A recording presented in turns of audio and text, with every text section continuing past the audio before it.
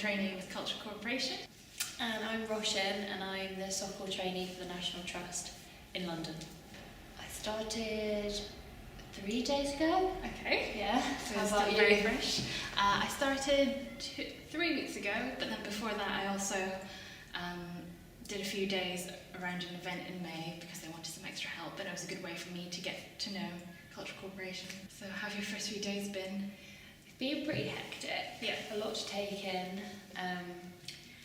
and meeting a lot of different people.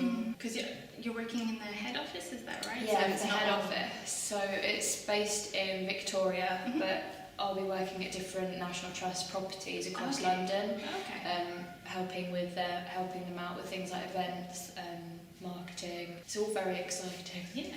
How about you? What have you been up to in the last 3 weeks? So like I said, I spent about 3 days before I officially started helping out with a showcase event.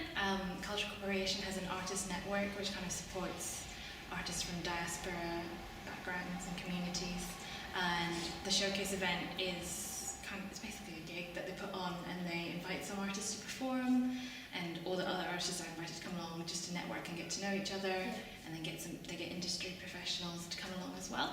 What are you most looking forward to? I think traineeship. part of it is just looking forward to gaining a really holistic understanding about cultural heritage and management.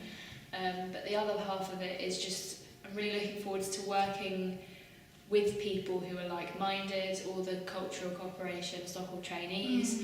It's really nice to meet people who are at the same kind of stage in their life as you and interested in similar things.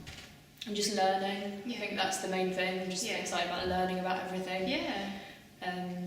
So it's quite, and because it's like, obviously because it's a national charity, so there's kind of lots to learn about, and I guess it'll be really interesting to see what how a big organisation works. Because in contrast to you, I'm working with quite a small organisation.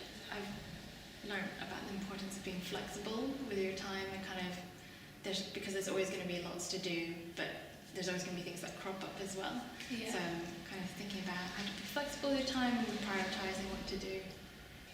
But it's obviously such a diverse role, because obviously you do bits and pieces for the traineeship, and then you're doing bits and pieces that are kind of like just jobs here and there, and then you're doing actual thinking and creative things as well. So I think you're right about being flexible. It's important to know that,